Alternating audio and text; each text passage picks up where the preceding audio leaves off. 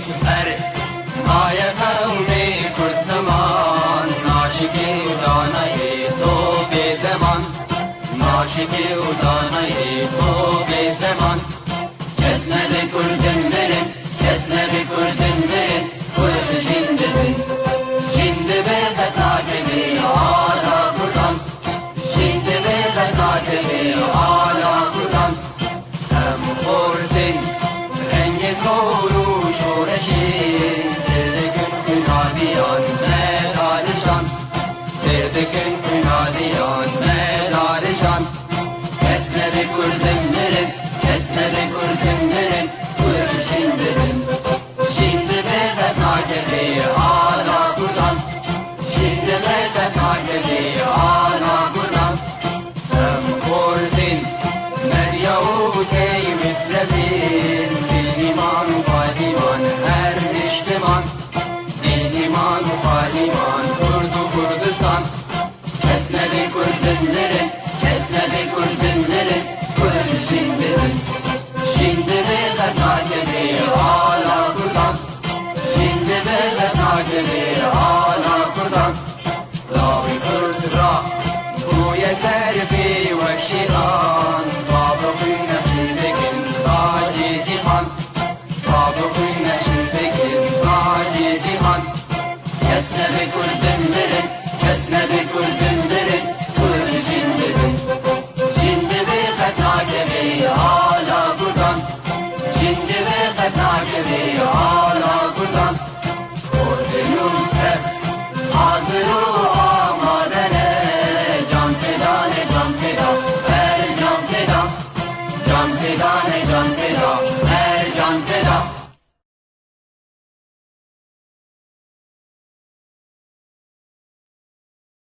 مساء الخير مشاهدينا الكرام، وأهلا بكم في هذه الحلقة الجديدة من برنامجكم حواراتنا، والذي يدور حول التعددية نعمة أم نقمة، وخاصة في دولنا الشرقية، حيث نعلم جميعا أحبائي الأفاضل إن جمالية الحدائق تنبع من تنوع أزهارها، وكذلك بناء الإنسان والأوطان الحرة تشيد بتمازج الثقافات والعقائد المتعددة، ومثلها الحوارات لا تحلو مشاهداتها إلا بأفكارها وسجالاتها الهادفة لإمتاع المشاهد نفسيا وفكريا بالآراء المؤكدة بأن الكلمة أنبل سلاح لقتل الجهل والأمية الثقافية معا. وما كلمات حوارنا لهذه الليلة مشاهدينا الكرام سوى شعلة لإنارة دروب استعادة حرية وكرامة إنساننا السوري المسلوبة منذ عقود عديدة بمبادئ ومداد كلمات ضيفينا العزيزين الدكتور كمال لبواني، طبيب وكاتب ومحلل سياسي سوري معارض. أهلا وسهلا بك دكتور كمال لبوان. أهلا وسهلا. الحقوقي روني علي، وهو حقوقي وشاعر وناشط سياسي كردي سوري معروف. أهلا وسهلا بك أستاذ روني علي. مساء الخير، أهلا وسهلا بك، وتحياتي لضيفك الكريم الدكتور كمال لبواني ولمشاهديك الأعزاء. تسلم دكتور كمال. نعلم بأن لكل فكر وموقف إيجابياتها وسلبياتها، والتعددية بشموليتها هل هي نعمة أم نقمة للإنسان والمجتمعات البشرية؟ باختصار هي ليست خيار، يعني مش نحن بنقرر نتعدد ولا لا. التعددية مفروضة على المنطقة منذ تاريخها، لأنه هي ملتقى 3 قارات وتعرضت لهجرات وغزوات خطيرة جدا وتغييرات ديموغرافية هائلة. يعني فينا نقول انه معظم الشعوب هون هي خليط تجمع شعوب من كل العالم، يعني ما دلت منطقة في العالم لم تغزوها وتستقر فيها، وبالتالي نكبتنا هي كانت هذه الغزوات. لكن النتيجة تبعتها كانت هذا التنوع الهائل في القوميات وفي الثقافات. هذا بحد ذاته كان يخلي الشرق الأوسط هو المفاعل الثقافي العالمي الذي أنتج مش بس الأبجديات واللغات والديانات والثقافات والحضارات وأنتج كثير جدا، حتى النظم، يعني نظم الإنتاج ونظم الحياة. فهو يعني من شريعة حمورابي ليلحق الديانات السماوية، ليلحق الديانات الأخرى، وكل هذه الأمور هي كانت نتاج هذا التنوع. وبالتالي أنا ما بختار تنوع أو لا تنوع، لأنه إذا بدي أقول ما بدي تنوع معناتها بدي أعمل مجازر تطهير عرقي. يعني حاشا لأحد من اليوم بمكونات المنطقة يشتغل هيك. لكن التنوع هو حالة فرضت على المنطقة بسبب بنيتها الجغرافية الهشة، بسبب تعرضها لغزوات من جيران أقوياء، بسبب كونها على ملتقى القارات الثلاثي وهي قلب العالم القديم. فالتنوع أنا برأيي قدر يجب أن نعيش فيه ومعه ونستفيد منه، مش قضية خيار إني أنا أقول إنه بدي تنوع أو ما بدي. شيء مفروض علي أعيش أنا وياك. يعني أنت قاعد بأربيل وأنا قاعد بالسويد، ومع ذلك نحن نجتمع حتى افتراضيا. فهذا التنوع هو مفروض علينا قطعا. مثل ما أنت هلأ عم تحكي عربي، أنا بتمنى لو بعرف كردي لحكيك كردي. وبالتالي يعني الأمور هيك أنا شايف، ما هي خيار، هي فرضته الظروف. ويجب أن نبدأ من هنا، نبدأ من التنوع، ولا نبدأ من الأحادية أو الشمولية أو الفاشية أو الشوفينية أو التعصب أو إلى آخره. كل بدء من اللا تنوع هو جريمة بحق الذات والآخر. نعم. تمام. استاذوني، اذا التنوع كما يقول الدكتور مفروضة وقدر يجب أن نحولها لنعمة. ما تعليقك على ما قاله؟ تحياتي مرة أخرى. أنا باعتقادي هو قدر، لكن هذا القدر له أسباب وله مبررات وله دوافع وله ظروف التاريخية. المنطقة تشكلت نتاج تمازج حضاري تاريخيا، وهي التركيبة اللي أنتجت هالمنطقة هاي لحتى الآن موجودة. لكن أنا باعتقادي إذا أردنا أن يكون الحوار ذو مأخذ، أو بمعنى ذو مدخل إلى ما نبتغي إليه، هو السؤال ينبغي أن يكون كيف نجسد هذه التعددية. وهذه مهمة من يتنطح أو يتصدى لمستقبل البلد لكي يكون فاعلا في التأسيس لمرتكزات هذه التعددية. وهذه التعددية ينبغي أن تكون مبنية على مبدئي الحقوق والواجبات. إذا التعددية بغض النظر إن كانت نقمة أو نعمة، بتصوري الوعي الثقافي والفكري هو اللي من شأنه يحول النقمة إلى نعمة، والتخلف من شأنه أن يحول النعمة إلى نقمة. إذا هون بيجي دور المثقف، دور المشتغل في الحالة الثقافية أو الحالة الاجتماعية، واللي يكون عنده رأي وصاحب كلمة، وإن كان يفتقد إلى مقوماتها بمعنى أدوات القوة تبعها، لكن عليه بالدرجة الأساس أن يؤسس لمرتكزات هذه أو هذا المفهوم. تمام. دكتور كمال، التعددية بكل شيء نعمة كما يعرف شعبيا وجماهيريا، ولكن في مجتمعنا السوري للأسف تحول إلى نقمة. مفروض البلد المتنوع يكون بلد متطور، وسوريا كانت متطورة إلى ما قبل الحقبة البعثية أو الناصرية والبعثية، ثم حقبة الأسدين الأب والابن، فتحول إلى نقمة. ما تعليقك؟ يعني هو في عنصرين مهمين جدا، هو حرب الإلغاء اللي خاضوها البعض ضد الآخر، والتناقض الذاتي اللي بيشمل كل الناس. يعني كل واحد منا للأسف بالوقت اللي عم يلغي فيه الآخر والتعدد هو نفسه 50 وجه ومتناقض لدرجة هائلة. يعني في ضده وضده وضده بداخل الشخص الواحد. يعني هيدي المشكلة اللي عم نعاني منها نحن، هي التناقض الذاتي وحربنا لإلغاء الآخر المختلف. كل واحد مختلف، يعني اللي مو بشار أسد لازم يموت، واللي مو عربي مو موجود، واللي مو تركماني ما يعني هذا خارج التاريخ، واللي مو يهودي معناته هذا أغيار، واللي كذا. الحرب الإلغاء اللي نحن خضناها ضد بعضنا تزامنت وتعايشت مع تناقض داخلي هائل، نحن ما عرفانين من نحن وماذا نريد. فهي مشكلة أساسية تكوينية في كل المكونات الموجودة. يعني بتسأل الواحد أنت مثلا أنت مسيحي ولا عربي؟ مثلا أنت علوي ولا سوري؟ أنت مثلا هلا أنا عربي ولا سوري ولا شو ولا مسلم ولا، يعني في عندنا مشاكل كثيرة في تعريف نفسنا.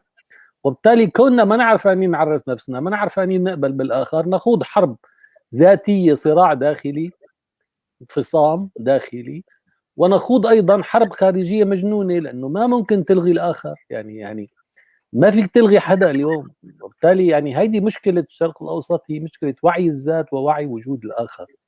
في مشكلة هائلة نتيجة انغلاق العقل، ونتيجة انسداد الآفاق السياسية، وانسداد لغة الحوار والمبادرات، والظرف السياسي السيء، والتدخلات الأجنبية، والصراعات المفعلة والمتاجر بها من قبل الاستعمار ومن قبل الدول الثانية اللي أسسوها ورسموها بالجغرافيا لا تستمر.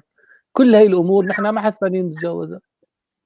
دكتور إذا إذا أنا بقول دكتور إذا ضمن هذه المعادلة، هل وبعد هذا الزمن ونحن في نهاية 2020 هل ما زلنا في قوقعة الجهل مداومين؟ نحن في الحضيض، الحضيض، يعني للدرجة اليوم الناس الجثث عم تاكلها الكلاب بالشوارع. السوري يقتل السوري، الأخ عم يقتل أخوه، الكردي عم يقتل الكردي، والعربي عم يقتل العربي، والعربي عم يقتل والعلوي عم يقتل العلوي. ما في حدا متفق مع حدا. هي مشكلة كبيرة، يعني مشكلة كبيرة. نحن في الحضيض حقيقة، لكن نأمل إنه يعني كل نزلة وراها طلعة، ويبدو إنه الحياة يعني كل الشعوب ما بتتقدم بدون حروب أهلية تعيد إنتاج نفسها. وبالتالي أنا بشوف إنه ما نعاني منه اليوم يجب أن يكون درس لكي نتغير، مو لحتى نحن نعند وواحدنا يعني أول شيء يتغلب على تناقضاته الداخلية ويحلها، وثاني شيء يعرف نفسه بطريقة مقبولة للآخر ليحسن يعيش معه. هون كتير مهم هذا الظرف السيء اللي عم نمر فيه كدرس. أنا بتوقع يكون ودرس صعب ومر، لكنه ضروري كان لتجاوز 7 قرون من الركود العقلي والفكري والسياسي والتخلف والجهل. نعم. أستاذ روني، أنت أحد الشعراء والمثقفين الكرد المعروفين يعني، والدكتور كمال يقول نحن في الحضيض، ما زلنا يعني في حضيض قوقعة الجهل. ما تعليقك؟ طبعا هو هذا الحديد، أنا بتصور الدكتور يعني حاول يدخل إلى موضوع، لكن بعجالة. هو هذا الحضيض نتاج موروث ثقافي، نتاج بيئة ثقافية معينة، نتاج ذهنية ثقافية معينة. هل ترى نحن في الوقت اللي عم ندعي أنه لازم نتحرر من هالموروث أو نكون في حالة انقلاب عليه، نمتلك أدواته، وتحديدا أدواته الذهنية؟ يعني عندنا نحن استعداد كامل حتى نكون على بمعنى نتمكن من الانقلاب على هذه الذهنية التي أوصلتنا إلى هذه الدرجة. بتصوري هناك بون شاسع بين، طبعا لا أقصد هنا الدكتور كمال، لكن أتحدث عن الحالة العامة. هناك بون شاسع بين الادعاء وبين الممارسة. يعني إذا نحن هلا جينا على مفهوم التعددية وأشكال التعددية، عندك تعددية سياسية، ثقافية، إثنية، عندك تعددية دينية، عندك يعني أكثر من شكل في للتعددية. لكن نحن مباشرة دخلنا بموضوع هو بمسنا، دخلنا بموضوع التعددية، وإن كان لم نسميه، لكنه هو التعددية القومية أو بمعنى الإنسان هو محور هذا الحديث. إذن ما دام دخلنا بهذا الموضوع، يعني المطلوب منا نضع النقاط على الحروف. أنا مثلا مواطن، إلى أي وطن أنتمي هذا هو المهم. أنا إنسان، إلى أي كيان أنتمي هذا هو المهم. كيف سأتعاطى مع الآخر هذا هو المهم. طبعا مو من باب التنظير ولا من باب بمعنى نطلع من هالجلسة ونكون متفاهمين، لا. في ناس عم تسمع لنا، وبرأيي حتى يكون الحوار ناضج وله نتائج، او على الاقل له من الناحيه المفاهيميه، اذا كان لابد يكون له نتائج، لازم انا اطلع بنتيجه انه الدكتور كمال هو من احد المكونات السوريه، له رؤيه كذا كذا كذا، وانا بنفس الوقت. وباعتقادي هيك حوارات او هيك اراء او هيك مخارج تعطي يعني دفعه للمستقبل. هلا اذا جينا على الحل الاجتماعيه، حاله كما مثل ما ذكر الدكتور، العربي عم بيقتل عربي، السني عم بيقتل سني، الكردي عم بيقتل كردي، هي نتاج موروث ثقافي معين. نحن كيف فينا نتجاوز هذا الموروث؟ بتصوري يعني انا بجوز في شغلات يعني اذا دخلت فيها بتطلع باشكاليه ثانيه. يعني نحن عم نناقش موضوع جزئي عن حاله كليه. انا مثلا احيانا هيك بفكر، ليش مثلا انكتب ان نزلناه قرانا عربيا مثلا؟ بيخطر ببالي، يا هل ترى ان الرب بكل المعموره بخاطب مكون معين؟ مع احترامي للاخوه العرب، انا ماني ضد العربي او السني او الشيعي او يعني بمعنى حتى مذاهب وطوائف يعني، ولا ضد اي انسان كائن من كان، لكن انا كانسان من حقي افكر ليش هذا مخصص بكذا وليش انا ماني مخصص؟ يا هل ترى هالتخصيص من شو جاي؟ يعني في اكثر من سؤال. من مهمة المثقف سواء كان عربي او من غير المكونات يتصدى له. بالاخير اذا كنا بدنا نفكر بموضوع انسانية الانسان راح نطلع بنتيجة، واذا كنا بدنا نفكر بآليات تجسيد هذه التعددية في البلد الذي ننتمي اليه سويا راح نطلع بنتيجة ثانية. هلا يعني شيء حلو الواحد بيقول مثلا نحن مجتمعنا متعدد وفسيفساء ونحن نعتبر التعدد حالة قوة وليس ضعف، لكن كيف ينظر الإنسان الذي ينتمي إلى هذه التعددية ولم يمتلك حريته؟ ما هو شعوره؟ إذا كنا مثلا من منطلق القوة عم نتباهى بالتعددية، لازم نفكر الضعيف كيف عم نفكر وشو وضعه بهالتعددية. إذا كانت التعددية هو أمر واقع، مو أنا اللي خالق هالتعددية، حالة مفروضة. بيجي دور النظام السياسي، بيجي دور القوانين، تجي دور يعني المكونات الأخرى لتجسد هالتعددية وفق رؤية، وفق ممارسة، وفق آلية، حتى تكون هذه التعددية انعكاس إيجابي لكافة المكونات المتعايشة مع بعضها. دكتور كمال، أنت والأستاذ روني أجمعتم أن التعددية فرض أمر واقع، طالما واقع علينا، وهدف برنامجنا تحديدا بيف تي في بشكل عام. طبعا بيف تي في قناة تابعة للاتحاد العام للكتاب والصحفيين الكرد، يعني إطار ثقافي، وغايتنا هو تنمية الحوارات ما بين كل المكونات، سواء كانت عرقية أم دينية أم ثقافية أم اجتماعية. لذلك دكتور هذا البرنامج حواراتنا نتمنى أن نقدم ولو جزءا بسيطا يسيرا من لغة الحوار، لكي تكون مقدمة لتجاوز المفهوم السائد في مجتمعنا الآن بأن التعددية نقمة أو إلغاء للآخر. يعني هناك من يلغي الآخر، ومعروف أنه السلطة ألغى حقوق كل المواطنين، وكذلك كون السلطة ذات طابع أو شكل عربي فألغى وجود الآخر الكردي، كل المتنوعات الأخرى، يعني السرياني، الآشوري.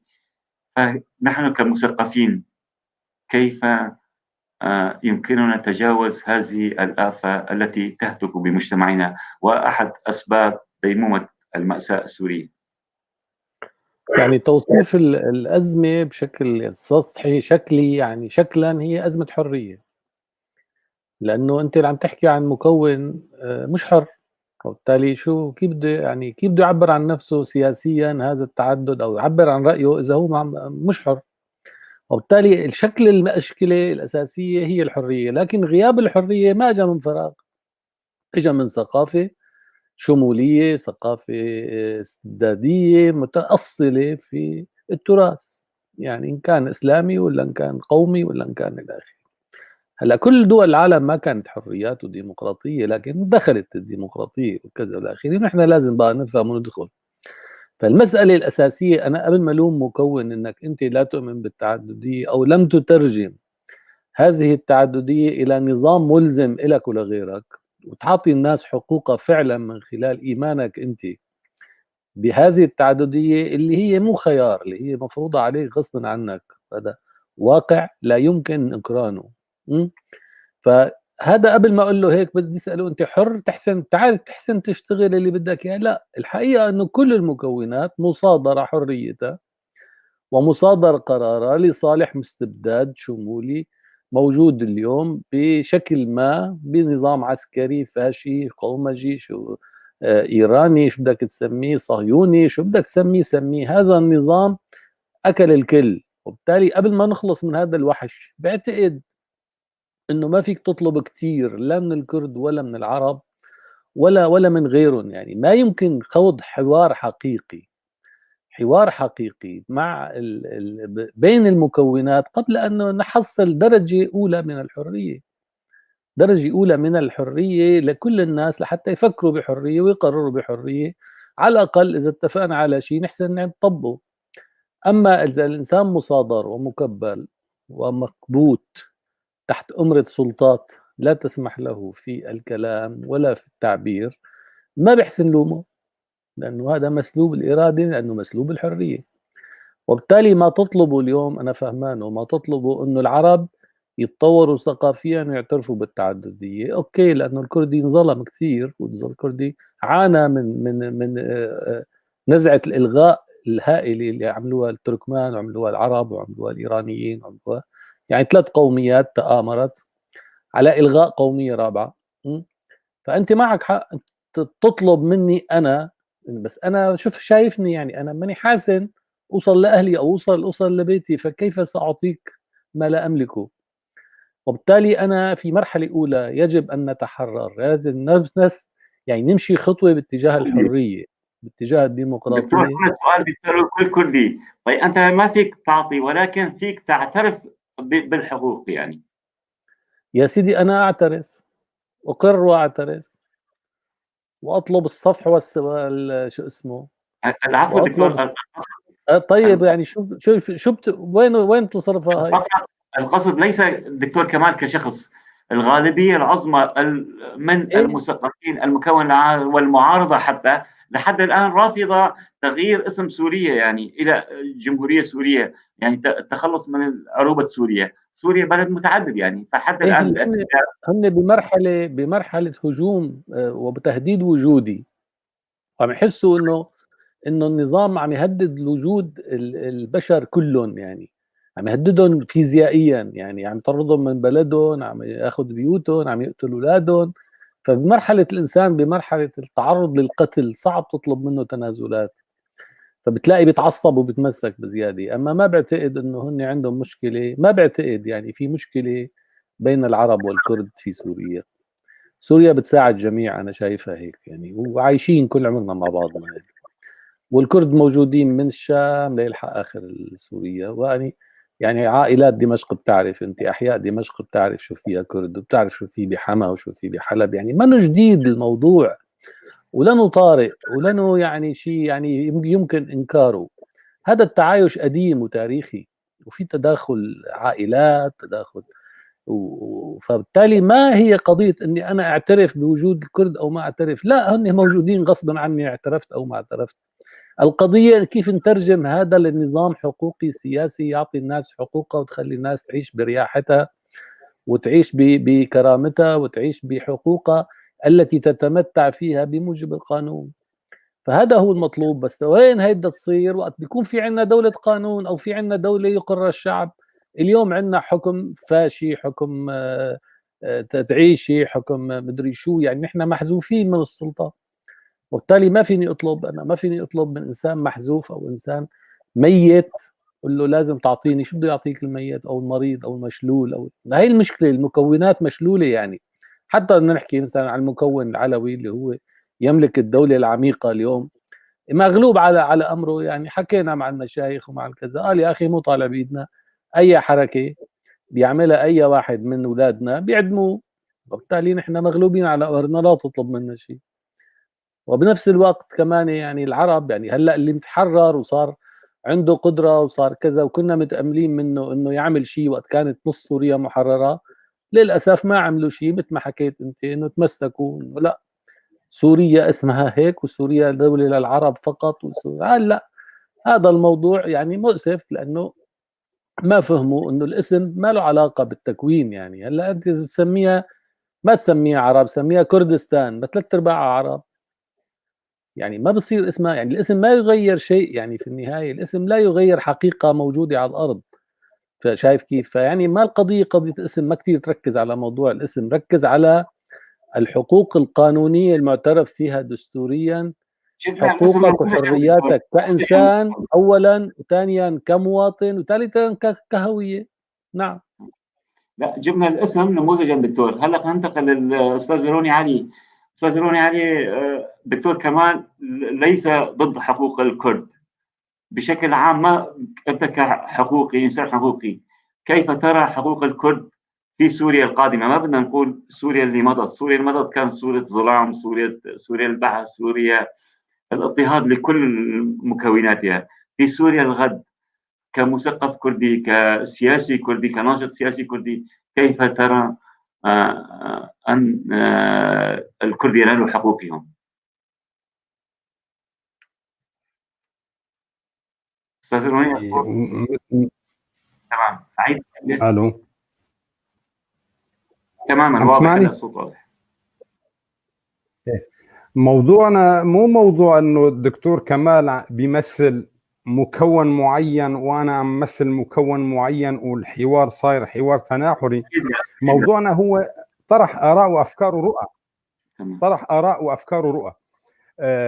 انا بتصوري عدم امتلاك القرار لا يعني عدم امتلاك الراي. يعني مثلا انا ماني بمصدر قوه بالدوله ولاني امثل السلطه السياسيه، لكن امثل راي، وهذا الراي هو المهم بالنسبه لي ككردي. لما بسمع راي من الطرف الاخر ومن المكون الاخر، وهذا الراي يكون له صدى.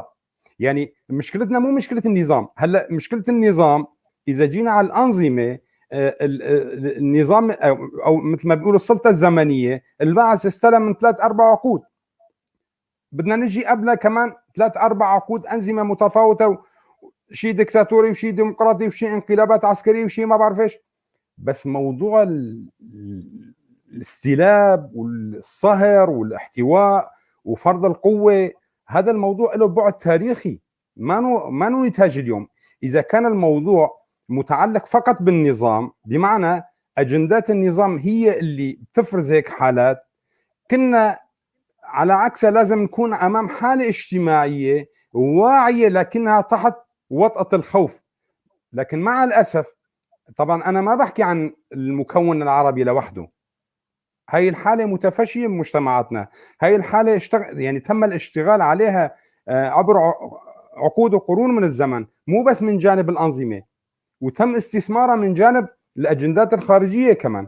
هلا اذا جينا قلنا يعني فرضا او جدلا انه النظام هو سبب لكل سلبياتنا، طيب الثوره او ما تسمى بالثوره اللي قامت ضد النظام افرزت حالات يعني خلق انطباع لدى المواطن السوري انه حتى القيم اللي كنا عم ندعيها كانت قيم الجزمه، لما راحت الجزمه ما ضلت هذيك القيم كمان. يعني شفنا نحر الناس بالشوارع على اساس الهويه، على اساس الانتماء، سواء ديني او عرقي او كذا. انا بتصوري هاي المعضله الموجوده عندنا، يعني اللي عم نعيشها، مانا اسيره النظام لوحده. هاي معضله يعني إلى تراكمات، إلى مثل ما بيقولوا سياق تاريخي. نحن هلا من واجبنا اذا كنا نمتلك القدره، ولا اعني القدره هي القوه او القرار، نمتلك القدره الذهنيه على الاقل، انه كيف فينا نعيد صياغه المفاهيم، نعيد صياغه انه انت كردي.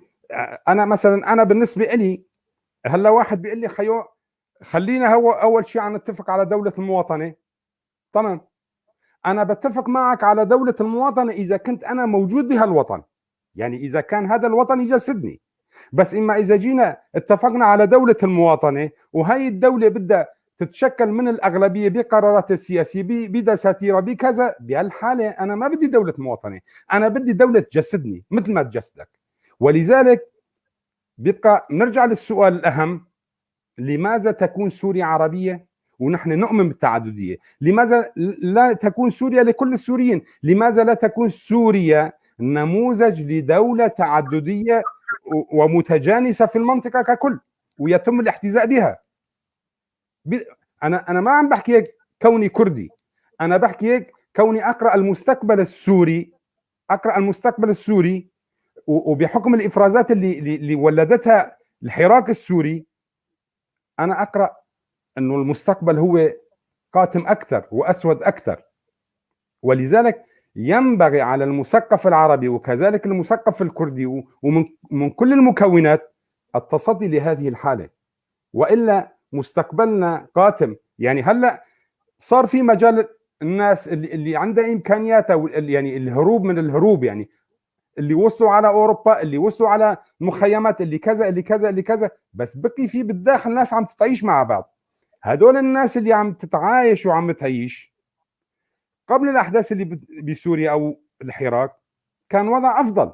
هلا صار في بيناتهم دم، صار في بيناتهم مجازر. طبعا هذا مفتعل، هذا مشغول عليه، نعم، هذا النظام بيتحمل جزء منه، نعم، لكن انا بتصوري في اكثر من اجنده عم تتحمل هالجزء هذا. اذا هدول الاجندات، هذه الاجندات دخلت الى عمق المكونات السوريه من خلال الازمات الموجوده. نحن كيف فينا يعني مثل ما بيقولوا يعني نحتاط هاي الازمات، او العربي عندي ما عم صادني كثير، يعني كيف فينا نداريها، كيف فينا ننقلب عليها، او كيف فينا بنشوف لها مخارج. بتحترمني كانسان، بحترمك كانسان، تمام، بنعيش مع بعض، تمام. بس اني مثلا الصبح افيق على شعار لا يجسدني، على نشيد وطني لا يجسدني، على علم ما بشوف حالي فيه. مو انا واعي لهيك مساله، هكذا ادعي، لكن انا عم بحكي عن كافه المكونات السوريه. طيب كيف راح اكون جزء من وطن لا انتمي اليه نفسيا؟ التعدديه امر واقع، صح، لكن هذه التعدديه لابد من حمايتها بدساتير، بقوانين. هذه القوانين تعبر عني وتعبر عن باقي المكونات. اما اذا جينا على موضوع انه دوله وتركيبه وكذا واقليه واكثريه، بهالحاله انا بتصور راح يكون هي يعني بمعنى هيك مفاهيم راح تكون سلاح اضافي لقمع وطمس معالم القوميات الثانيه. اذا استاذ روني، دكتور كمال، التعدديه بحاجه الى ثقافه، الى دساتير، الى قانون في سوريا الغد لكي تكون فسيفساء جميل لكل السوريين. دكتور كمال، لسان حال غالبيه السوريين يقول رزق الله على ايام بشار. يعني طبعا هنا لا نؤكد انه بشار افضل، ولكن تبين انه المجرم انجب ارهابيا. فصرنا امام حاله يعني فعلا كيف ما نسميها ما بعرف، لك التعليق. ليش يعني بشار ترك السلطه؟ ما هي ايام بشار، هذا اللي عم نعيشه نفسه، هذا هو بشار الاسد. هذا التشرد وهالقتل والتشرذم والمعاناه هي بشار الاسد. ارهابيين مجرمين اكثر منهم. لا يا اخي، هلا بشار الاسد هلا حاكم. بشار الاسد اللي قبله ما كان يعني قبل 2011 مو بشار الاسد كان حاكم، كان حاكم نموذج يعني غيره. بس بشار الاسد الحقيقي اللي هلا عم تشوفه هذا هو داعش، وتشوفه احتلال ايراني، بتشوفوا احتلال روسي. بشار الاسد لا ينتمي لسوريا، واللي كان حاكم بهديك الايام بقايا سوريا، ما تبقى من الشعور السوري اللي كان موجود لسه بمؤسسات الدولة إلى حد ما. يعني آخر شيء بسوريا قضى عليه بشار الأسد. فأنا ما بقول أبدا إنه بشار الأسد راح وصل الله أيامه، هي أيامه وهي نتيجته. يعني هلا بدنا نحكي نحن مع الأخ، يعني إنه في سؤال اجى حلو، إنه يعني ليش أنا مضطر أعيش مع ناس لا يعترفوا فيي وبدهم يظلموني؟ مزبوط. هل نحن قادرون على أن نعيد رسم خريطة الشرق الأوسط؟ هذا سؤالنا نسأله دائما لنفسنا. يعني نحن بزماننا العرب القوميين حاولوا يعملوا وحدات، بتعرفوا يعني مثل القومية الكردية، مثل القومية التركمانية هلا عم تحاول تطلع على أذربيجان، وتطلع على كل القوميات، تحاول يعني تعمل لحالها كيان ذا هوية. سؤال فرعي بسيط دكتور. يعني معروفة، يعني بالتركمان ما كنا نعرف انه في شيء اصلا عندنا اسمه تركمان. حتى تركيا نفسها هناك من المؤرخين ما يقولون عبارة عن قبائل بلغارية غجرية اجت وعملت امبراطورية. يعني تركيا لا هدول تتار يا اخي، تتار. هدول تتار هن التتار. هو القومية الأساسية هي التتار. الترك جزء من التتار، وهلا موجودين بروسيا، موجودين إذا ليس لهم أرض ووطن حتى هنا في منطقة، يعني حتى تركيا يعني اللي اجوا للمنطقة مثل ما العرب اجوا قبائل ونجت للمنطقة، هذا طبيعي. يعني هذا صار بالتاريخ معروف. يعني الجرمان اجوا على ايران يعني زمانهم، يعني بيقولوا العرق الآري موجود، عرق ألماني هذا. فصار في تنقلات كثيرة يعني. لكن انا ما بجرم التنقل التاريخي، عم بحكي اليوم مين عايش اليوم على الارض. انا هذا اللي بيهمني، ما بيهمني يعني حقوق تاريخيه. ما في حقوق تاريخيه لحدا. الارض لله يورثها لعباده من يشاء. انت موجوده على الارض، لك حقوق عليها، خلقت عليها، لك حقوق عليها، عايش عليها، لك حقوق عليها. انا عايش بالسويد واخذ حقوقي وما بعرف ولا كلمه سويدي، وما حدا بيقول لي شو عم تساوي. وبالتالي انا اللي بدي اقوله انه هل نحن قادرون على اعاده رسم الخرائط، ام هي مفروضه علينا؟ لو فينا نحن نعيد رسم الخرائط اوكي، كنا ممكن نفكر برسمها بطريقه اخرى. واذا مفروضه علينا، مفروض نفكر بحدود ما هو مفروض علينا. هذا مهم يعني نفهم مع بعضنا. فنحن انا بشوف انه لن يسمحوا لنا بتغيير خرائط الدول في المنطقه. اذا بيسمحوا لنا كتر خيرهم، انا بقسم سوريا دغري، بقسمها فورا. يعني ما بعتقد سوريا بشكلها الحالي يعني قادرة على أن تتجاوز أزماتها بشكلها الحالي بوحدتها الحالية. ما في وحدة عمليا، ما صفي يعني، ما صفي وحدة يعني للأسف. يعني صار في جروح كبيرة جدا تستدعي يعني إنه نحن نبعد عن بعضنا شوي. يعني كل واحد ينام بغرفة فترة من الزمن لينسى يعني. وبالتالي موضوع إنه مو صحيح أنا عم بقول لك إنه أنت مجبر. لا، مو مجبر، مو أنا الجابرك.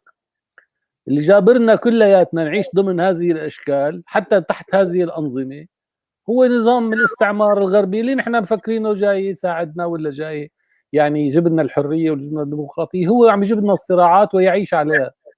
واذا نحن ما فهمنا هذه الحقيقه، انه الامريكي والروسي والاوروبي كل يتعيش ويهيمن للهيمنه على المنطقه من خلال صراعاتنا مع بعضنا، ما بنحسن نطلع بقى من هذه الصراعات، لانه هن عم يغزوها وهن عم يخلوها وهن عم يستفيدوا منها، ونحن للاسف عم نمشي وراهم.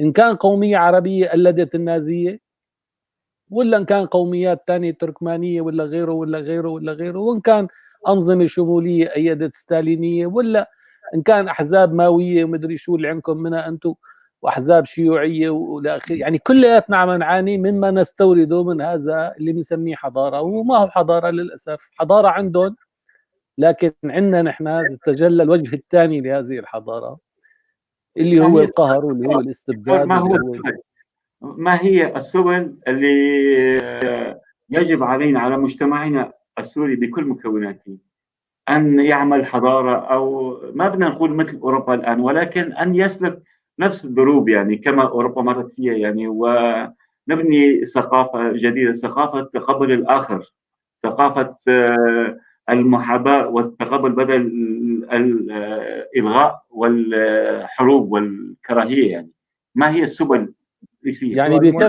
بكفي يكون عندك تليفون وعندك 5 6 أصدقاء عرب لتحكي معهم ويحكوا معك وتزورهم وتعايدهم ويعايدوك لحتى تضل الناس شايفة بعضها وتسلم على بعضها. بكفي حاليا يعني إن إحنا نضل عم نحكي مع بعضنا ونشوف بعضنا نسمع لبعضنا، وإذا واحد زعل نواسيه، وإذا واحد كذا إلى آخره. مبدئيا ما فينا كتير نكون نحن اليوم طموحين، لكن بقاء الحوار، بقاء اللقاء المشترك اللي موجود على الأرض وموجود بالإعلام ضروري، لحتى أول شيء واحد ما يفكر إنه أنا مو لحالي، في ناس تانيين بدهم يسمعوني، في سليمان بيزعل، عرفت كيف، في فلان بيزعل، في وبالتالي انا صار عندي بذهني اصدقاء بهمني كثير مشاعرهم، بهمني رايهم، بهمني انه يكونوا مبسوطين، يكونوا عايشين وبهمني ما اظهر انا مسيء لهم. وبالتالي هذا الشعور هو الباولة بدنا نبني عليه. القبول بالاخر على الاقل عاطفيا واخلاقيا وكصداقات وكعلاقات مباشره انسانيه، ومن ثم البحث عن تأطيرة ضمن النظم. إذا حسنا نحن نكون نحن اللي عم نصيغ النظم مو دمستورة. فاليوم بده يفرض علينا دستور، بده يفرض علينا قانون، بده يفرض علينا سلطات جديدة، ونحن ما طلعنا، ما رح نطلع. مشكلتك مو معي، مشكلة الكرد ليست معي أنا أو مع العرب. مشكلة الكرد مشكلة أساسا مع سايكس بيكو، مشكلة أساسا خلقها الغرب اللي اليوم مفكرينه أنه رح يعطيكم شيء. الغرب لن يعطي الكرد شيء، سيبيعهم كما باعهم. باع الكرد وخذلهم 20 مرة، صار بايعكم وخازلكم 20 مرة. الأمريكي لا يعتد به ولا يعتمد عليه. أنا معك وأنا قلبي عليك. وأنا أكثر الناس اللي رحت لعند الأمريكان وبعرف إنه هن اللي بتغطى، مثل ما قال حسني مبارك، اللي بتغطى بالأمريكان عريان. مصلحتك معي؟ أكيد مصلحتي معك كشريك بالوطن، كجار، كأخ، كصديق. ولكن لماذا غالبية الشركاء يرفضون سايكس بيكو حينما يتعلق الأمر بحقوقهم يرفضونه، وحينما يتعلق بحقوق الكرد القومية المشروعة العادلة مثلا سواء في سوريا أو في العراق أو حتى في تركيا وإيران، بتشوف يتمسكون فيهم بأسنانهم. أنت جبت مثال أنه حوار لقاء مع العربي. أنا يعني كشخص يعني غالبية الشخصيات والقوى السياسية السورية من عربا وكل المكونات أصدقائي شخصيين، حينما نتناقش الغالبية العظمى منهم يرفضون كلمة الفيدرالية حينما نطرح في مصطلح الفيدرالية تكون حل لسوريا. هذا ما سنعود إليه إلى مناقشته معك بعد أن نعود لأستاذ روني علي. ما تعليقك على ما قاله الدكتور كمال أستاذ روني؟ هلا في الحقيقة الدكتور كمال حكى بموضوع هو موضوع جد مهم، انه نحن بمعنى مجتمعنا الشرقي ككل، بمعنى الشرق الاوسط او الدول الحديثة اللي تكونت بعد الاتفاقيات الدولية، نحن ضحايا الاجندات الاستعمارية اللي كانت مسمات بهذيك الوقت. انا متفق معه. نحن لا نمتلك القدرة على هدم الخارطة الجيوسياسية في المنطقة، لكن باعتقادي نمتلك القدرة على هدم هذه الخارطة في عقولنا، يعني أن نمتلك ذهنية الانقلاب على هذه الخارطة لنؤسس لمستقبلنا، لمؤسس لأجيالنا اللاحقة. هلا هون يعني بيستحضرني فكرة الشهيد موسى عنتر، هو عم بيكتب مذكراته، قال أنا كنت صديق كل الأنظمة التركية اللي عاشرتها وكنت خصم لنفس الأنظمة اللي عاشرتها، والسبب أنه كانوا بالمعارضة نحن حلفاء، لما صاروا بالسلطة اعتقلوني. يعني هو عاشر 3-4 أنظمة حكم بتركيا، كل نظام حكم كان على صداقة معه. لما يتحول إلى في الوقت اللي كان بالمعارضة، لما يتحول إلى سلطة بيعتقلوه بيحطوه بالسجن. أنت ذكرت موضوع ب 2004 بحوار مع مثل ما بيقولوا النخب من المكونات السوريه السياسيه، صار في هيك طراطيش ومناوشات وكذا حول الوضع الكردي وحول كذا حول كذا. فاخ من الاخوه طبعا هو هلا عضو قيادي بالائتلاف، يعني طرح فكره انه انتم الاكراد ضيوف اعزاء بهالوطن، احترمتوا واجب الضيافه، اهلا وسهلا فيكم، اذا ما احترمتوه من وين ما جيتوا تروحوا. قلت لهم الفكره طرحها استاذ سليمان، قلت لهم انا بس بدي اطرح فكره واحده، اذا انتم مع سايكس بيكو، اذا انتم مع سايكس بيكو نحن كمان راح نكون معكم. سايكس بيكو قسم الدول كلياتها، بس ما بصير تكونوا مع سايكس بيكو لما يتعلق الموضوع بالقضيه الكرديه وتكونوا ضد سايكس بيكو لما يتعلق الموضوع بالقضيه العربيه. هذا شيء متناقض. ولذلك قلت لهم تعالوا نتفق على حل وسط، فلتكن سوريا لكل السوريين، نحن نتخلى عن كردستان سوريا وانتم تخلوا عن عروبه سوريا. بهذيك الوقت انا حكيت هيك. هلا شوف اي انسان مثقف بيقول لك انا مع حق الشعب الكردي في تركيا. طيب يا اخي انت مع حق الشعب الكردي في تركيا، ليش مالك مع حق الشعب الكردي في سوريا؟ انت ليش مثلا انا ماني افرض، ما فيني افرض على واحد فلسطيني بقول له عيش تحت سقف المواطنه باسرائيل، ما فيني افرض عليه لانه هو بيحدد خياراته. وانا ما فيني يعني مثل ما بيقولوا يعني بحزب النفس، يعني مثلا ما سمعت لواحد او حتى ما اعمم، يعني تركيا دخلت على سوريا، تركيا كذا تركيا كذا تركيا كذا، انا ما شفت هالقوه المدافعه عن هالحصن اللي بنسميه سوريا العربيه بوجه تركيا. بالمقابل المستهدف هو جزء من الكيان السوري واللي هو الكردي. يعني انا برايي بغض النظر انه هاي الخارطه الجيوسياسيه هي من صنع الاستعمار او الدول الغربيه وما تلاها كذا، لكن نحن بحاجه الى تاسيس لمقاومات السلم الاهلي، وهذا الموضوع نحن بنتحمل مسؤوليته. نحن كافراد بهالمجتمع من كافه الاطياف ومن كافه المكونات نحن نتحمل مسؤوليه هذا المسار اللي هلا عم بيصير. والاهم من هذا، هلا الدكتور كمال حكى بموضوع جد مهم، انه امريكا راح تغزلكم، صح، لكن السؤال بالمقابل من يحكم الدول العربيه؟ من يحكم وطني سوريا؟ مين بيحكمه؟ مو عم بيحكموا ايران، امريكا، تركيا، روسيا، كذا كذا كذا كذا. حتى اللي ادعى الثوره كان تحت يعني تحت عباءه الدول اللي بدها تغزلني. فانا من موقعي ككردي لمن سأتوجه وأنا أواجه الموت، والتجربة واضحة أمام الكل.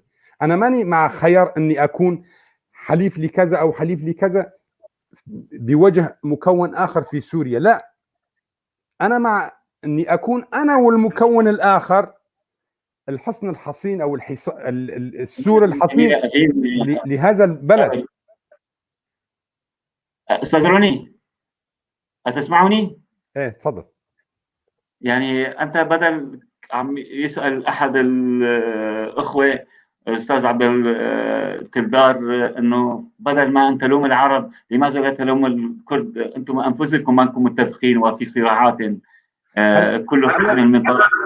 هلا موضوع الصراع أو التصارع أو التناحر، يعني أنا ما بعرف كيف بدي أجاوب، بس فيني أقول له انه حتى هاي المواضيع سواء كان كردي ولا عربي هي جزء من الاجندات الموجوده بهالمنطقه.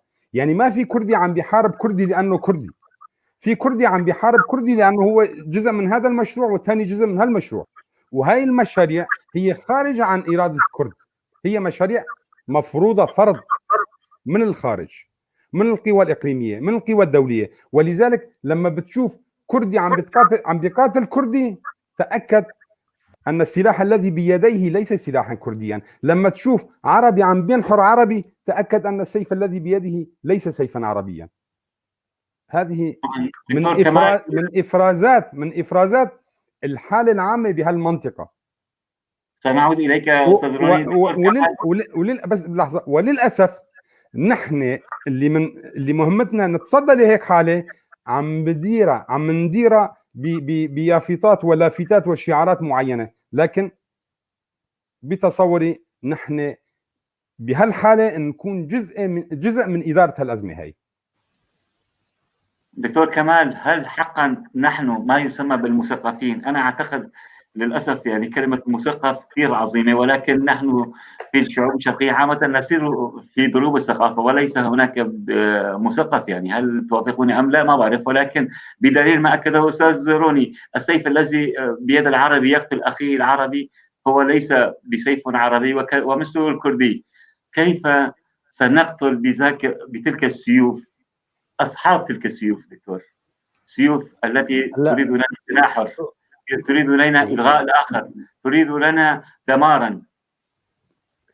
هلا الحقيقة القضية مش قضية لأنه عربي أنا ما بقتله، ولأنه أنت مثلا لأنه كردي ما بتقتله. لا لا لا، ما بعتقد أنه الرابط الأساسي هو رابط قومي. لا، الرابط الأساسي والمحرك الأساسي هي المصالح.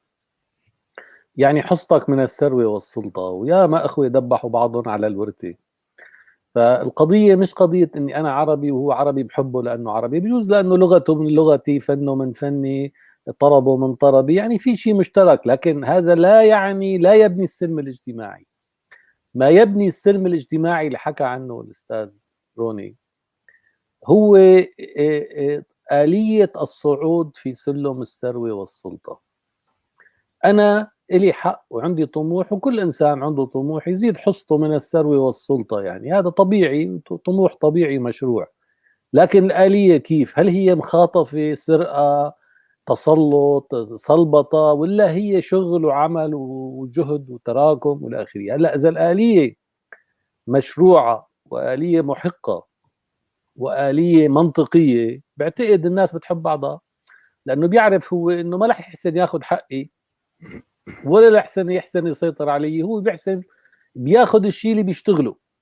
وقت أنا باخذ حصتي الحقيقية اللي أنا بستاهلها دون نطوطة، ما بقى اختلف مع الثاني. اما وقت بشوف غيري عم ينط ياخذ السلطة وينط ياخذ سلاح ويجيب دعم اجنبي وينط ياخذ المال وبطلع انا برا، فبدي اقاتله. لو كان اخي بدي اقاتله. فسبب الكره وسبب التنازع هي نظام الصعود في سلم الثروة والسلطة، يعني بالضبط النظام السياسي الاقتصادي القائم في التشكيلات الاجتماعية السياسية القائمة عندنا.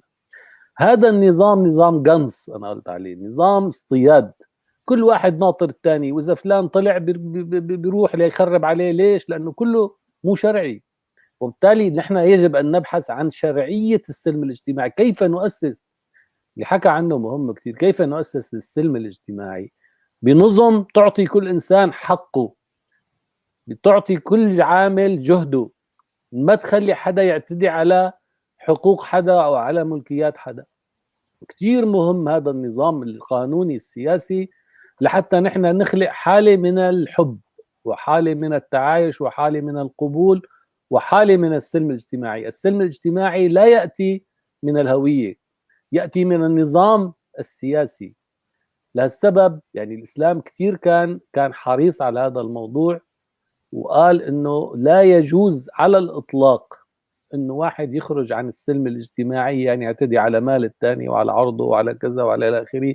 هذا الموضوع هو الكفر بذاته، مو الايمان. ما قصد فيه الايمان، قصد فيه انه هي فتنه اشد من القتل. يعني التهاون في موضوع الاعتداء على الحقوق والاعتداء على الحريات والاعتداء على الملكيات هو بحد ذاته مشكله المشاكل، واللي هو اخطر على المجتمع من اي شيء ثاني.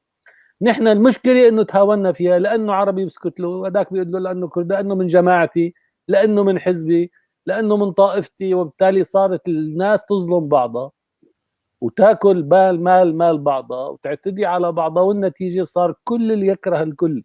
حتى الانسان بيكره نفسه، لانه هو نفسه بيطلع هيك بيلاقي حاله معتدي يوما ما واخذ شيء مو له الى اخره.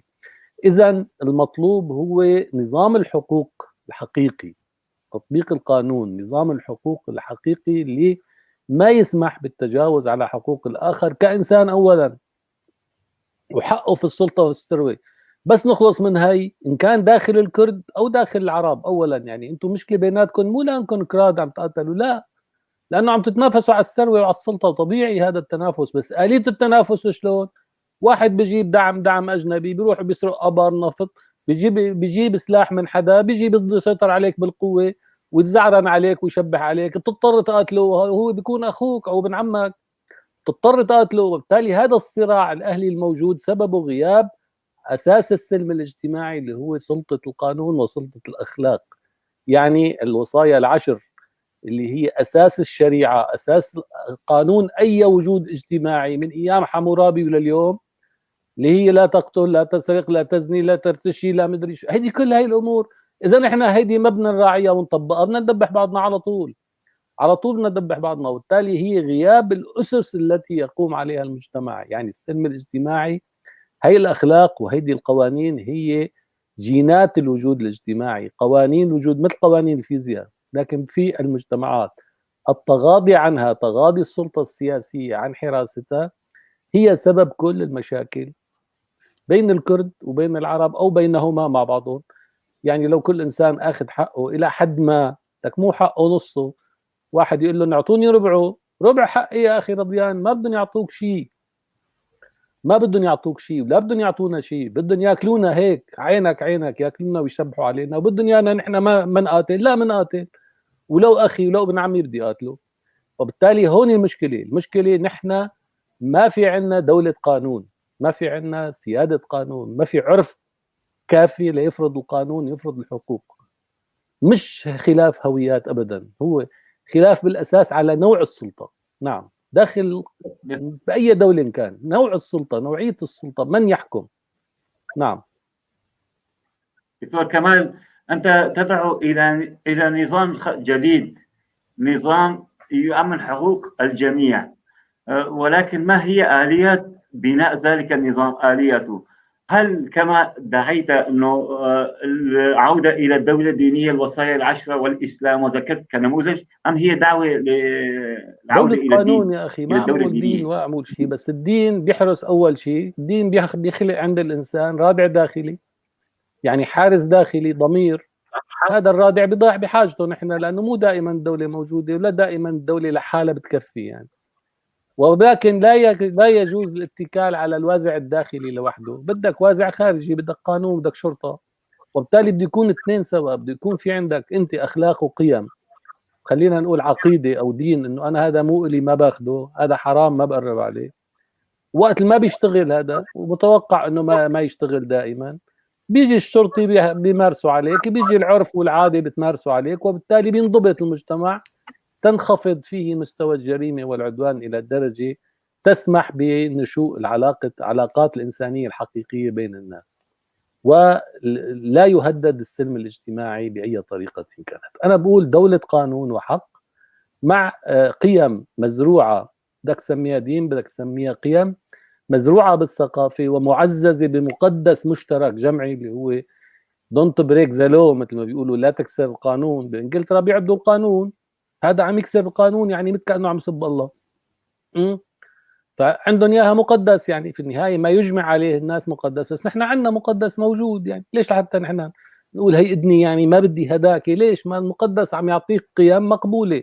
هلا في مناحي ثانيه ما كثير مقبوله، بس لكن هي القيم بعتقد هي كل الحضارات في العالم انتجت نفس القيم. الاخلاق ليست خاصه بدين معين ولا خاصه بقوم معين، الاخلاق واحده في العالم ولا تتغير بالنفي، تتغير بالتراكم وبالتطور، تتطور تدريجيا، يعني ما تحكمها قانون النفي في التغيير. وبالتالي الأخلاق تزدهر وتستمر. أنا ما عم بدعي لتعمل شيخ ولا عم بدعيك لتعمل شو اسمه، بس عم بدعيك إنه نحن بتراثنا في منظومة قيم جيدة وقادرة أن تشتغل، ما في داعي كبها لأنه طلع تنظيم سياسي معين أو لأنه أنا بدي شيء ثاني. يعني لا، ماني مضطر أنا أتخلى عن تراثي، ولاني مضطر اكون عبد له باشكاله القديمه. فما عم بدعي لدوله دينيه ولا عم بدعي لدوله تناقض الدين او تقف على نقيضه، دوله ملحده، لانه ما في عندي مصدر ثاني للقيم وللاخلاق الا الدين. نعم. أستاذ روني علي، ما تعليقك؟ هل نحن انا فعلا بحاجة؟ انا مع احترامي لراي الدكتور، يعني انا هيك ما بعرف، هيك استرسلت يعني بالتاريخ. للاسف اكبر الحروب والمجازر اللي ارتكبت حين كانت الدوله دينيه، سواء عند المسيحيه او عند الاسلام. يعني في عندنا نتذكر جمل وصفين وما بعرف شو ما بعرف شو، المهم كثير. هي اول ناحيه. ثاني ناحيه يعني استيلاب الانسان، انا بشوف لازم اذا اتبنى مفهوم الدوله الدينيه، اول شيء لازم اتبنى مفهوم واطيع واولي الامر منكم. يعني هي الشغله الاولى. الثانيه مفهوم القيم الانسانيه ما لها علاقه بالدين. يعني مو بس الاسلام. يعني مثلا هلا الدكتور جاب موضوع حمورابي، شريعه حمورابي، ما له علاقه لا بالاسلام لا بباقي الاديان. في عندنا بالديانات الشرقيه، يعني بالصين وبالهند، زردشتية. في عم بقول لك في عندهم مفاهيم، يعني في عندهم مفاهيم. هو الاساس هو الانسان من الداخل، يعني سواء كان منتمي الى دين او لا. بعدين عندنا قضيه المراه بالدين. يعني هلا مثلا اذا بدي اتبنى دوله دينيه لازم المراه تجلد بالشارع حسب التعاليم وكذا. انا ادعو الى دوله علمانيه، ادعو الى دوله علمانيه وفق قوانين تحترم انسانيه الانسان وتحدد هويه هذا الانسان وانتمائه. هذا الانسان كذا يحق له كذا، هذا الانسان له من الحقوق كذا، له من الواجبات كذا. بجوز انا والدكتور هلا اتفقنا، اذا انا كردي هو عربي، واتفقنا بين بعضنا ناسس دوله، وهي الدوله حالتها شركيه بيني وبينه. واذا ما اتفقنا، عندنا مثلا اقليات ثانيه، في عندنا تركمان، في عندنا شركس، في عندنا كذا، معناتها بكره هذول راح تكونوا جزء من مشروع اباده يعني. اذا التاسيس الاساسي هو لازم يكون للذهنيه. كيف نؤسس لذهنيه، كيف نؤسس لواقع نمتلك او نستطيع ان نعيش فيه دون ان يهدر حقوقنا، وبنفس الوقت نعي ما هو علينا من واجبات. بتصور هاي يعني النقطة الأساسية. يعني الدكتور حكى عن موضوع المصالح ولغة المصالح والتعددية ما بين الثروة والسلطة. لغة المصالح بيجوز الواحد بيقتل أخوه، صح، صايرة يعني.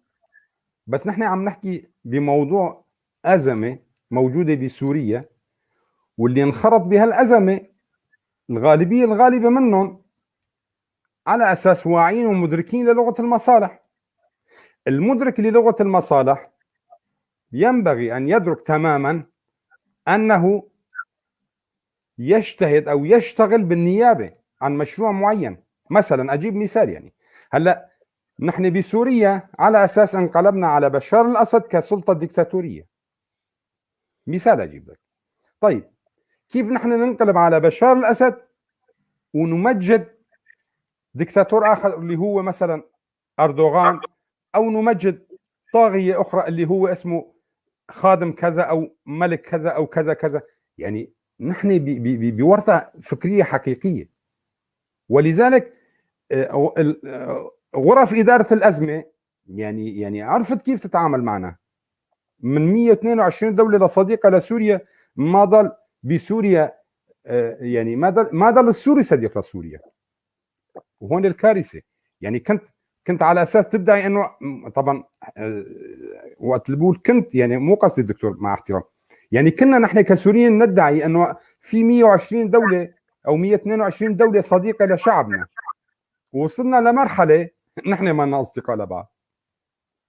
دكتور يعني كمال، الدكتور كمال ما تفضل على ما تفضل به استاذ روني، وخاصه حول يعني حاجتنا الماسه لذهنيه جديده، لفكر جديد، نستمد من الديانات كلها، ولكن تكون ثقافه علمانيه، يعني قال دوله علمانيه. بس نقطه واحده كنت بدي اقولها. انا برايي الدول اللي نحن هلا يعني بنقولها الدول الحضاريه او الدول المتطوره او الدول المتقدمه، لم تكن هذه الدول بهذه السويه الا حين تم فصل الدين عن الدوله.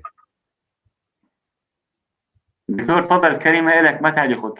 يعني هذا الموضوع إشكالي شوي وبده وقت. فصل الدين عن الدولة ولا فصل الدين عن الثقافة؟ ما السياسة نتاج الثقافة. هل تستطيع أن تفصل الدين عن الثقافة؟ أليس مكون أساسي في الثقافة؟ وبالتالي أنت كأنك عم تعمل قطيعة بين الثقافة والسياسة. الحقيقة هو المطلوب العلمانية بشكلها الثاني اللي هو فصل رجال الدين عن القرار السياسي. يعني الشعب هو سيد نفسه، هو الذي يقرر ما يريد في الشأن السياسي، ولا يوجد وصاية عليه لا من سلطة دينية ولا من كتاب ولا من شريعة ولا من شيء. هو بيقرر القانون اللي بده إياه. هذا هو العلمانية المطلوبة، إنه القرار السياسي هي للشعب دون وصاية من أحد كان دين ولا غيره. فهون بنحط لهم حد لرجال الدين. لكن هذا الشعب نفسه اللي عم يروح على صندوق الانتخاب وينتخب، إذا هو عنده قناعة بقانون معين وراح انتخب الناس اللي بأيدوه، طلع هذا القانون مطابق للقانون الديني، بنقول له لا. إذا نحن بنقول للمتدينين إنه إذا كان في حرية وإذا كان المجتمع سيد نفسه، وقت اللي بتقنعوا أغلبية المجتمع بقانونكم بيطلع قانونكم، وقت المجتمع بيلاقي قانونكم مو صح كمان بيغير قانونكم. وبالتالي الحكم هو إرادة الناس الحرة وليس أنتم نصوصكم ولا مرجعياتكم.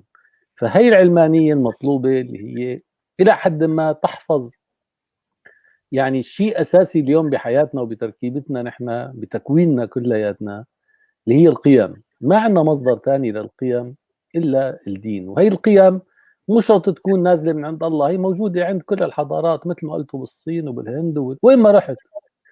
وين ما رحت هي الأخلاق واحدة. ما في ثقافة في العالم بتقول لك السرقة منيحة أو القتل منيح أو الاغتصاب أو العدوان على الناس يعني كل إذا الأخلاق هي صفة من صفات الإنسان. وبالتالي ما فيني أقول ما في أخلاق مثل ما قالوا غيرها، يعني الإنسان ذئب الإنسان، لا. فأنا بقول إنه لابد نحن بالنسبة لنا كمجتمعات معظم ثقافتنا حتى لغتنا العربية دلت على الشكل القرآني، مع إنه كان في لغات تانية انقرضت يعني. وبالتالي نحن نواة تشكيلنا الثقافي هو الدين. ما بدي أقول للناس تخلى عن هويتك في هذا الزمن من التوحش. عرفت كيف؟ هلا أنت إذا بتعتبر الدين متوحش كمان ممكن، يعني إذا شايفه داعش وشايفه كذا كمان بصير، ومعك حق يعني. إذا الدين داعش وإذا الدين مثل ما شفناه نحن بالمناطق المحررة، لا سيدي بلا. يعني معك حق تستنكر، لكن انا ماني شايفه هيك. على كل الاحوال المطلوب دوله مدنيه، دوله عقد اجتماعي يكون فيها الشعب سيد نفسه، دوله تبحث لا تستفز الهويات الاخرى، يعني ما تسمي حالها بهويه معينه لتلغي الاخر. تكون دوله عقديه الى حد ما تترك هامش كبير من التباين للتباين الثقافي، لكن تكون متشدده في انه كل انسان يحصل على حقه بالقانون، يعني دوله الحق والقانون الذي يساوي بين المواطنين. هذا كثير مهم، كثير مهم انه كل انسان ياخذ حقه وما حدا يعتدي على الثاني بغض النظر شو من كان وشو ما الى اخره. اما دوله محاصصه بعتقد رح تكون ضعيفه شوي. على كل الأحوال إذا كانت المحاصصة ضرورية في السيادة مثلا ممكن الحكي بينحكى فيه، بس المحاصصة بالخدمات ما حلو. يعني أنت تروح على المستشفى وغيرك ما بيروح وكذا، لا ما صحيح. يعني المحاصصة بتكون دكتور في شكل من أشكال الدول، في أشكال الدول ممكن تكون هذه الدول مقبولة للجميع، يعني إذا كانت عقدية، إذا كانت فيها هامش من الحريات الثقافية والتنوع، إذا كانت السيادة ليست لها لون واحد، فينا نعيش يعني. وبعتقد العالم كله يميل نحو الاندماج، يعني المختلف عم يتحد اليوم، فما بالك باللي كان عايش سوا مع بعضه. وانا بشوف انه سوريا اصغر من انك تيجي تقسمها وتعمل لها مدري شو، يعني ما هي هيك مو ظابطه، يعني هيك مو عايشه. وبالتالي انا بشوف انه في اساس. انت تدعو الى المدنيه، انت تدعو الى الدوله المدنيه، وزملائك اصحاب فكر الدوله المدنيه وتحديدا الاخوان المسلمين هاجموك مجرد دعوتك للتطبيع مع اسرائيل، واعتبروك خائن وعميل. طبعا رغم انه انا اعتبرتها خطوه جميله ورائعه في الاتجاه السليم يعني، وتشكر لا يعني ويسجل لك، ولكن غالبيه دعاة الدولة المدنية اعتبروك شاذا، وحتى القسم منهم هذا دمك يمكن يعني على ما اعتقد. يا اخي متعيشين هن على الصراع وهمي مع اليهود، وهن نتاج الحركه الماسونيه العالميه للاسف. يعني حركة الإخوان المسلمين هي النموذج الإسلامي عن الماسونية والتي تدار إلى الآن من قبل الماسونية. يعني هن في صلب المشروع الإسرائيلي الصهيوني للآخري، هن أداة من أدواته للأسف.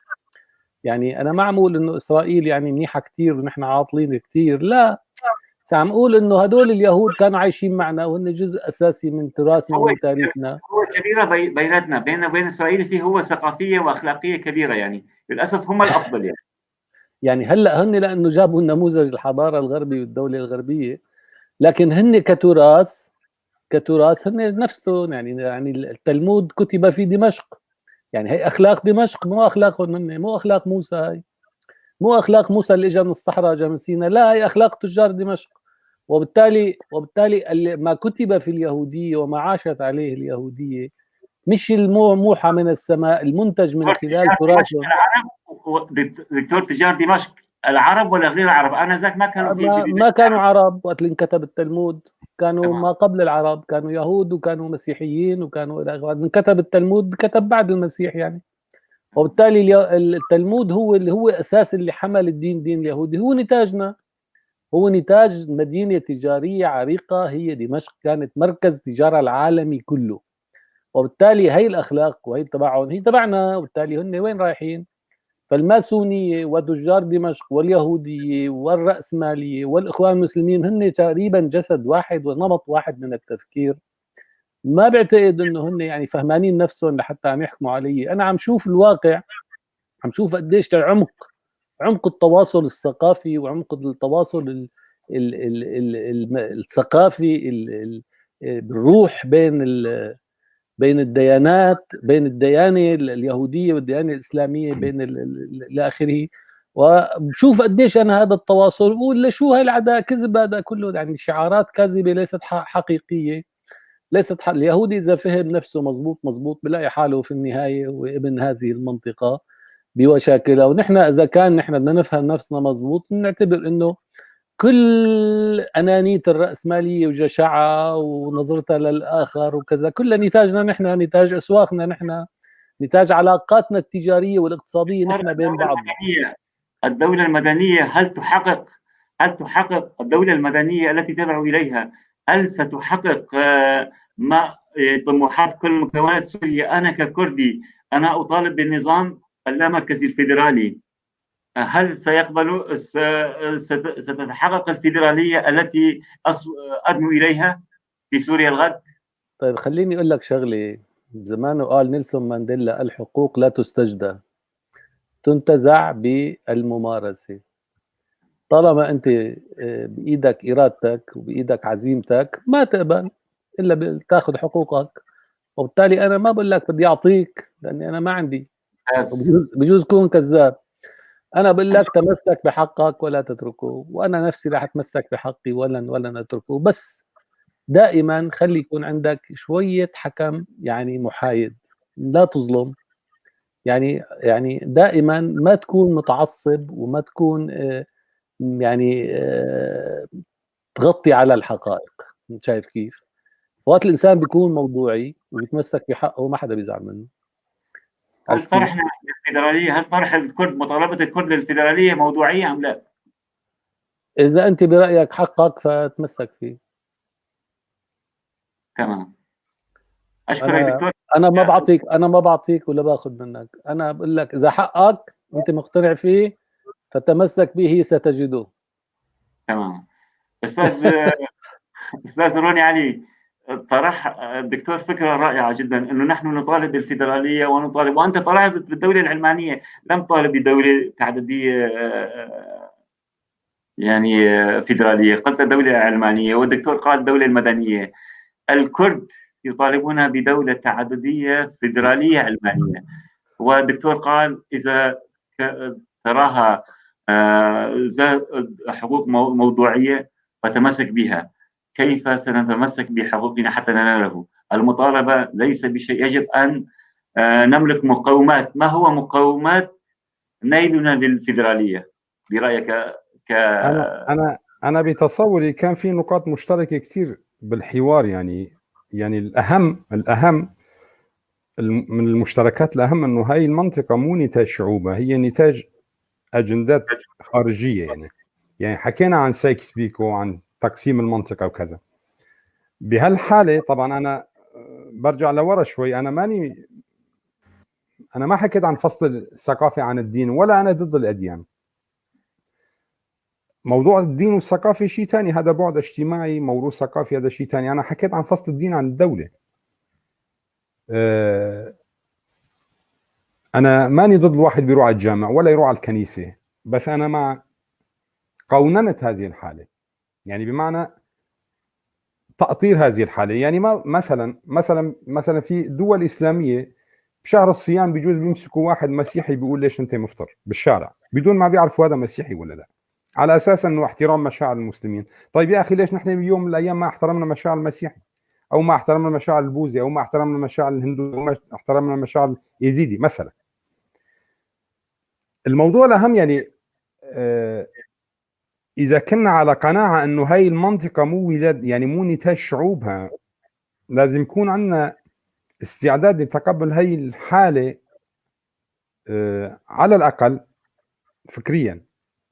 وبالتالي المخرج من الازمات مثل ما بيقولوا، يعني من برميل البارود المستقبلي، هو التاسيس لدوله تعدديه. هذه الدوله التعدديه انا ما دعيت الى دوله مدنيه، انا دعيت الى دوله علمانيه. حتى لو كانت دوله مدنيه لازم تكون هناك وفق مكوناتها شيء يسمى بمنظومه ما فوق دستوريه، يعني هي اللي لازم ما يكون خاضعه لمواضيع الاقليه والاكثريه ويتم من خلالها طمس او محو الاخر او صهره. بس بالاخير لما الدكتور قال انتم اطلبوا اللي بدكم اياه ونحن ما بنتخلى عن اللي بدنا اياه، انا بتصور مع احترامي للدكتور انا كان بودي اني اشوف الدكتور مناصر لحاله. مو بالضروره اكون انا كردي يعني مناصر الي، مناصر لحاله هو تشكل المخرج، يعني المخرج لاخراج هذا البلد من هذه الازمه.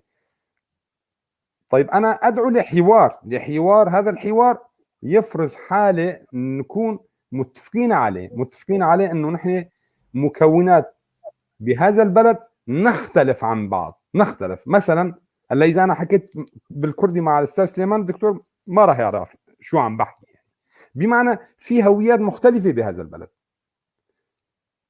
الكردي مجبر ان يتعلم العربي، لكن العربي ليس مجبر ان يتعلم الكردي. هذا الفسيفساء بهذا الشكل وبهذه العقليه وبهذا النموذج من الاداره لن يكون فسيفساء ايجابيا او بمعنى نعمه لتطوير هذا البلد. هذا الفسيفساء المدار بهذا الشكل سيتحول شئنا ام ابينا الى قنابل اخرى في هذا البلد، وهذه القنابل من صناعه هذه العقليه التي تحول هذه المكونات الى هذا النوع من التقزيم. يعني انا برايي نحن ما بعرف، انا برايي نحن طولنا، بجوز اللي عم في 10 دقائق بيسمعونا كمان. بس انا بدي يعني من جهتي اختم بحاله واحده او بفكره واحده.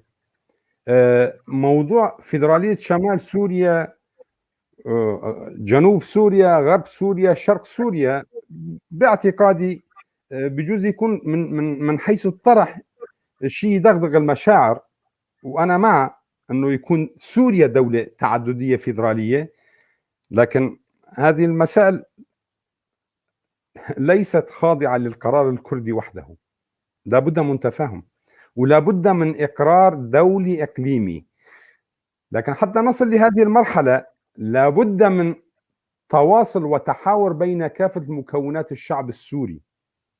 انا ما فيني اعيش بمنطقه اسميها فيدراليه اذا كان جاري عدوي، ولا هو راح يعيش. لذلك من المهم جدا ان نؤسس لمسارات الحوار التي تؤدي الى السلم الاهلي، وبالتالي نعيش في حاله تجسد حاله الكل وفق حقوق الكل وواجبات الكل. ومن هنا انا مع الدوله التعدديه الفيدراليه، لكن هذه الدولة التعددية الفيدرالية ينبغي أن يكون لها مقوماتها، وهذه المقومات ينبغي أن يؤسس لها المثقف العربي أو الحامل للفكر التنويري، أو لنقل على أقل تقدير الشخص الفاعل في المجتمع العربي. استاذ روني، وعلى الكردي وتحديدا المثقف الكردي ان وجد طبعا، المثقف الكردي ان يدعو ويعمل بكل ما يملك لايجاد وحده الموقف، يعني ما بدنا نقول وحده الاحزاب والقوى، وحده الموقف. نحن في صراع كبير. دكتور كمال، ما تعليقك على كلام الاستاذ روني؟ لانه في سؤال ثاني، يعني نحن باختصار يعني وصلنا لنهايه البرنامج، في سؤال طبي سأسألك إياه، ولكن بتعليقك على كلام أستاذ روني. أنا رأيي برجع بقول إنه الدخول إلى المسألة من بوابة الحقوق القومية ليس موفق. الدخول إليها الأكثر قيمة هو من باب حقوق الإنسان واحترام كرامته وحريته بغض النظر عن هويته. بعتقد هذا المدخل أهم، لأن نحن مو بس موضوع اضطهاد قومي، عندنا اضطهاد طبقي وعندنا اضطهاد، لكن بالأسرة نفسها الأب بيضطهد ابنه، الأم تضطهد بنتها، فبالتالي عندنا اضطهاد للمرأة، عندنا اضطهاد للطفل، عندنا اضطهاد. وبالتالي أنا برأيي المدخل اللي بيخفف كثير من الأزمة هو أن يحترم حقوق الإنسان، ويكون هو يعني العصا الأساسية اللي ماشيين عليها، المستندين عليها، ومن ثم بتجي بعدين الحقوق القومية وحقوق الهوية والتنوعات. محمود عباس يسألك سؤال. دكتور محمود عباس يسألك سؤال: هل تتوقع صدور دستور وطني يحفظ حقوق كل المكونات السورية من قبل اللجان المنتخبة المتواجدة في جنيف الآن؟ والله سيصدر دستور يكرس بشار الأسد والظلم والقهر ويعفي المجرم من القتل. هذا اللي حيصدر من وراء الأمم المتحدة. نعم دكتور، يعني وكيف يعني نختم؟ نحن وصلنا لهي سياسيا، أنا انتهيت، ولكن في سؤال طبي، ولكن أيضا حول وموضوعنا عن التنوع. يقال عن كورونا هناك عدد من اللقاحات، وكل جهة أو شركة منتجة تلغي أو تنفي صحة الشركة الثانية أو الدولة الأخرى. الصين ترفض روسيا، وروسيا ترفض الصين، ودواء لقاح إكسفورد. يعني كما هناك مثل ما نحن عم نرفض بعض. يعني عملية اللقاحات حتى صار في إشكالية، كما الإشكالية التي نعيشها في سوريا. يعني شو آخر، يعني هل على السوري أن يطعم نفسه بهذه اللقاحات؟ هناك من يقول لقاح فيروسات كورونا المدمرة، يعني منتجة وطبيا، ما بعرف، هناك مصطلحات. وهناك ما يقول هرمونات، لقاحات هرمونية. هل على السوري أن يلقح له، وإن كان أولي ملقحا بكل هذا العبء والظلم؟ شوف، اللقاح ليس منه خطر، وكل شيء عم ينحكى عليه انه خطر وانه بيغير جينات الانسان وبيعمل شو، بتدخل بكوداته، مدري شو، كله كذب. اللقاح ضروري، وبعتقد اذا صح لك خده. الدول الافضل اللي ثابت تقدمها في هذا الموضوع هي امريكا والمانيا بشكل اساسي، وبريطانيا بعدين، فرنسا 3 4. عرفت كيف؟ اللي بيقروا هاي الدول فاخذوا منه، هذا موثوق اكثر شيء. يعني هذا سبوتيك الروسي لا خلينا على الدول هاي اللي بتحترم نفسها وبتحترم انسانها وما بتعفس، لان هيدي هيئه الدواء الامريكيه كثير دقيقه في هذا الموضوع، والهيئه الاوروبيه كمان دقيقه، وبالتالي موثوق اكثر اللقاح الاوروبي، واللقاح الامريكي موثوق اكثر. لكن ما في خوف ابدا من اللقاح، وهذه الدعايات كلها مو صحيحه. كورونا رح تعيش فتره طويله معنا، صارت تصيب الحيوان، وصارت في سلالات اخرى، وممكن ينصاب الواحد مره ثانيه، فبدنا نتعايش معها. لهالسبب لابد من وصول للقاح ومن استعماله، يعني فما في خوف منه. هيدي مهمه يعني. واخر سؤال: لقاح انهاء الالام السوريه متى سنجده؟ يعني ان شاء الله يصير حرب هالكم يوم، ما بعرف اذا هلا بشد حاله نتنياهو بيعمل حرب ولا بيستجبن، بس اذا ساوى حرب في تغيير مهم بسوريا، لانه على الاقل يجب ان تخرج ايران من سوريا، واذا خرجت ايران من سوريا خلصنا من نص المشاكل يعني.